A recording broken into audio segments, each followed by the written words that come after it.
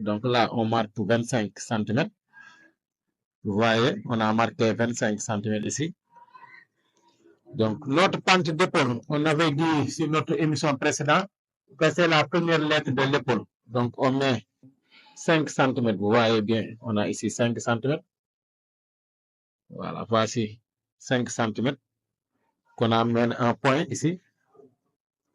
Maintenant, pour la mesure de poitrine, on avait 31, comme vous le voyez. On a 31 cm. Vous regardez bien, on a ici 31 cm.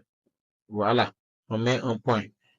Donc, notre longue taille d'eau, on a mis un point ici, qui est celle-là.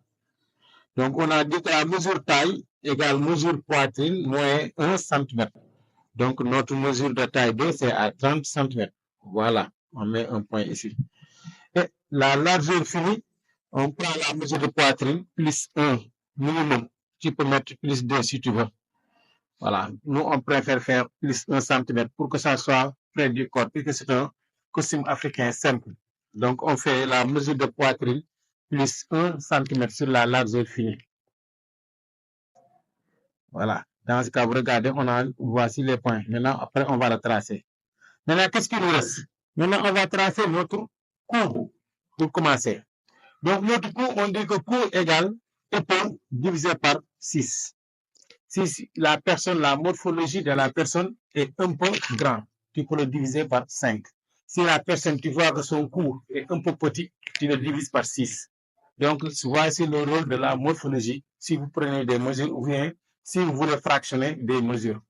Donc, puisque la personne est un peu grande, maintenant, on le divise par 6. Donc, on a épaule, on a 50. Quand on le divise par 6, on avait trouvé 8,5 cm. Voilà, on a 8,5 ici. On met un point. Voilà. On dit que la profondeur cou égale mesure cou moins 1. Donc là, on a 7,5 cm. Regardez. Voilà. Maintenant, on va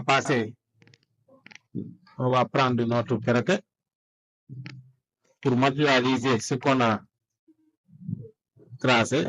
Regardez, on prend le perroquet. Maintenant, on fait de telle sorte que le perroquet soit bien posé et que voilà, ce que vous matérialisez.